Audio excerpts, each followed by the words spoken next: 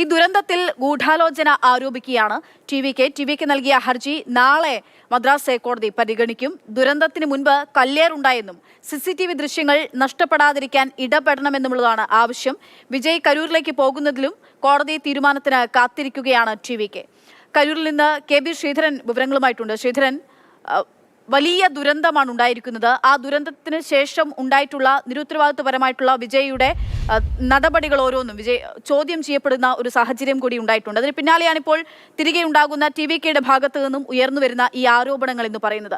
ഉന്നയിക്കപ്പെടുന്ന ആരോപണങ്ങൾ എന്തൊക്കെയാണ്? അതിന് കാരണം എന്താണ്? ഈ കല്ലേറുണ്ടായി എന്നൊക്കെ പറയുന്നതിന്റെ ദൃശ്യങ്ങളൊക്കെ ഏതെങ്കിലും കോണിൽ നിന്ന് സ്വാഭാവികമായിട്ടും വരേണ്ടതാണല്ലോ.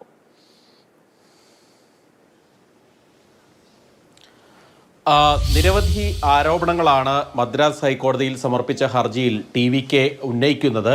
ഏറ്റവും പ്രധാനപ്പെട്ട ഒരു കാര്യം, ഈ സമയത്ത്, അതായത് വിജയ് പ്രസംഗിക്കുന്ന സമയത്ത് 7 മണിയോടുകൂടി അവിടെ മനഃപൂർവ്വം ഒരു വൈദ്യുതി തടസ്സം ഉണ്ടാക്കി.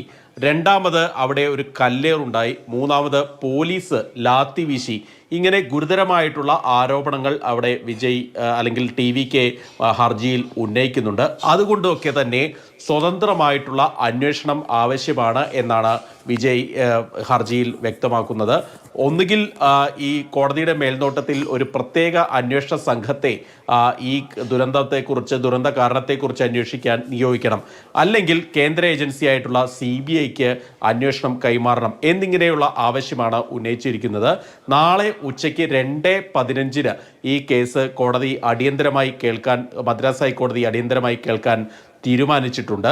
ഏതായാലും വിജയുടെ പാർട്ടിയുടെ നേതാക്കൾ തന്നെ നേരിട്ട് കോടതിയിലേക്ക് എത്തിയിരുന്നു, ഈ ജഡ്ജിയുടെ അടുത്തേക്ക് എത്തിയിരുന്നു എന്നാണ് മനസ്സിലാക്കുന്നത്. അവരുടെ ഒരു പ്രതികരണം, സംസ്ഥാന ജോയിന്റ് ജനറൽ സെക്രട്ടറിയുടെ പ്രതികരണം തന്നെ വന്നിരുന്നു ഈ വിഷയത്തിൽ. നാളെ കോടതി നടപടിക്ക് ശേഷം ഇക്കാര്യത്തിൽ വിശദമായിട്ടുള്ള ഒരു പ്രതികരണം നടത്താമെന്നാണ് നിർമ്മൽ കുമാർ അറിയിക്കുന്നത്. വിജയ് കരൂരിലേക്ക് പോകുമോ എന്നുള്ള ഒരു കാര്യത്തിൽ അദ്ദേഹം ചോദ്യത്തോട് പ്രതികരിച്ചുമില്ല എന്നുള്ളതും ശ്രദ്ധേയമായിട്ടുള്ള ഒരു കാര്യമാണ്.